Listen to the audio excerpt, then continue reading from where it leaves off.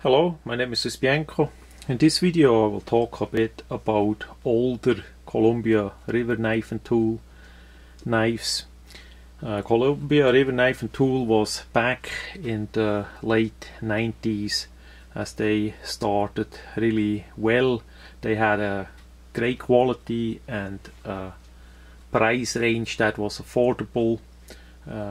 Later on, unfortunately, that all went a bit downhill, and for now I did not buy Columbia River knives for many years.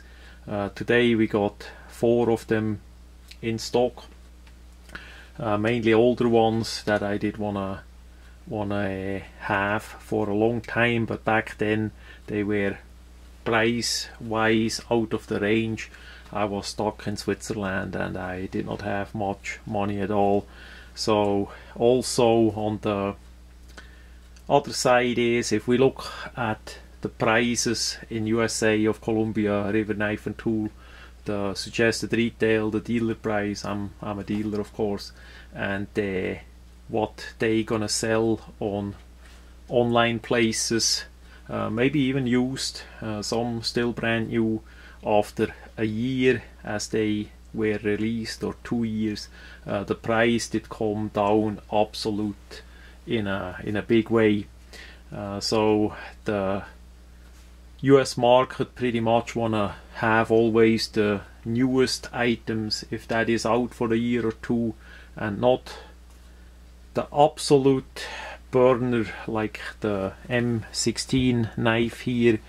The price is gonna go down pretty downhill pretty fast, so that is maybe something to consider too if you would like to have a Columbia River knife and tool, and quite likely other brands will be in a similar way handled by the economics, that you check it out as it is brand new, and then maybe you wait a year or two and then you get it, because you save quite a good amount of money. And as a benefit, a secondary benefit, if there was a flaw on the design, on the lock or something, by then they did figure it out and got the feedback and fixed it. So we're gonna have a look on the oldest one. We see already the box did look a bit no, it's not that one, actually it's this one, the older one. So we see the box looks quite different than the newer one, and we see already here the name of the knife, Apache. The model number is 7013, and that is from the good old days, and this one is brand new in box. I don't know what that say, but it did come with it. Then we have a bit paperwork. That was a good find, that brand new in box Apache knife. We have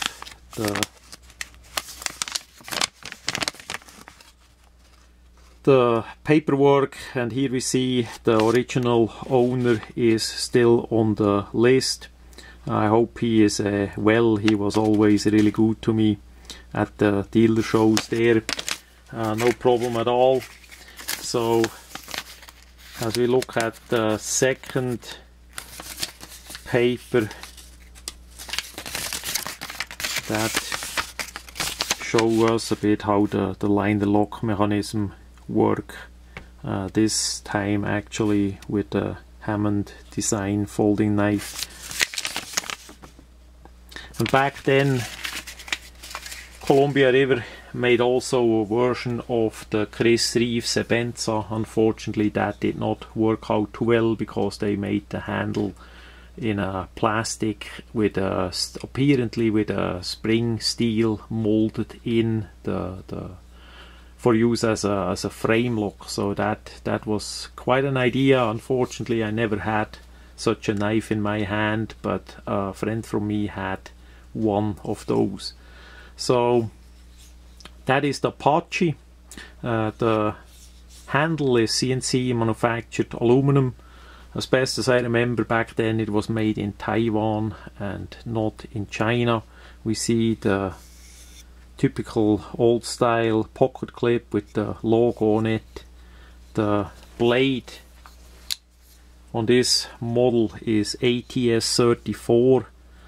Back then the ATS34 was a Japanese variant of the 154 cm, and widely in use in absolute high quality knives back then. That was prior all those wonder steels came out. Basically we had the 440C as a premium stainless steel, and then the ATS34 did come on top because the CPM 154 was too expensive, because that was made in USA and the ATS made in Japan.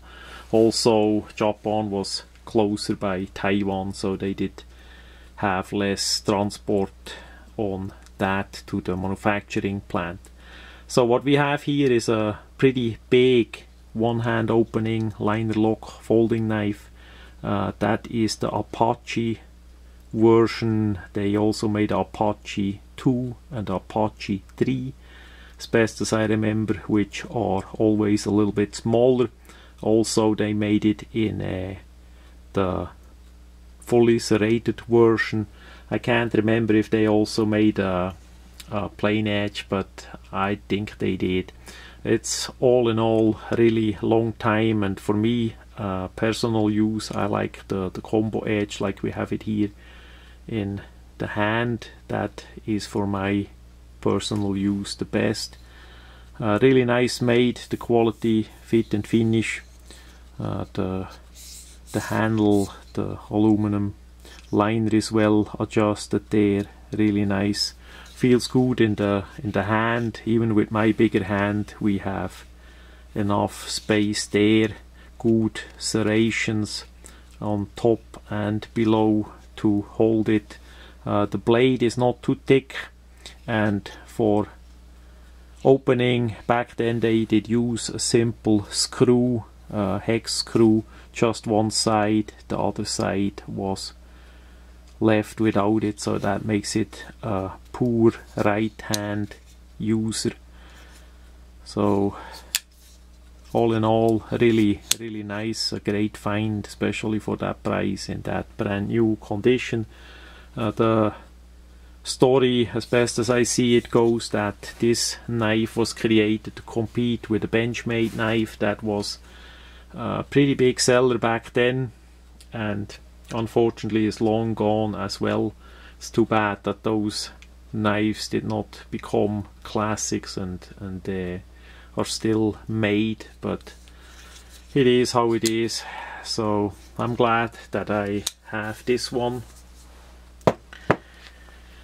Then we go to this one, used without box. The screws of the clip are a bit messed up, and the clip of course always has a bit scratches if the people gonna use it. It's a M16-14T titanium, the big dog version, the really big Tanto variant. I did already clean it a bit up there, but it still needs a lot of work. Combination edge and also with a hollow grind. This one is AOS 8, about a 440C variation back then, made in Japan, and the handle is titanium with the stainless steel liner, locking liner in place. This knife I'm gonna rework too. The stamped titanium is a bit coarse here. I'm gonna smooth that out. The screws are too long and stand out here. That's gonna get fixed up, and of course by using it, whoever had it, they put in a couple things too. Then it's gonna get bead blasted, and I'm gonna splash anodize it, something in a darker bronze tone with some blue and maybe even some gray splash on it. We're gonna see. That is just for me, for my personal use. Also a new pocket clip gonna get mounted with new screws. All in all, also a big knife. As we look with Apache, we see it's in a similar style. The blade is just wider and a little bit thicker as well, and we have of course the secondary safety in here. Back then they did not have that invented. Then we have something that is a bit uncommon. This knife was absolute cheap, $11 shipped, and it's like brand new, no box, but other than a bit of scratch here, it's really like brand new. And that is a folding fillet knife. You can use that on fish or on ham or other items where you would like to have a flexible blade. I had a Spyderco variant of such a folding fillet knife, but I did sell it because the collector value got really up, and if I can't use it, I hardly have knives that I'm not gonna use, other than really old Swiss Army knives. And but modern stuff I wanna test out and see how well they function. So I got me that one, really big, nice made. The blade is flexible, as I did say, has quite some flex on it, surf and turf. And the pocket clip is also nice. There we have a bit scratches, but that's gonna be easy to take out as well. Then we have here a bit something, but the rest is nice made. The liner lock is still well adjusted there, and for those $11 shipped, it's an amazing deal. It's not that old, can't remember when that did come out, but it's not an old one, not a new one, of Columbia River. And we see the size a bit. The folding fillet is quite a size. And then we come to the newest, that came out maybe a year or two ago, made in China.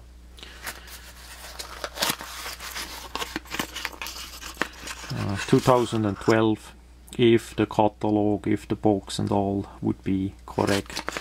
So now we have 2015, rather small design.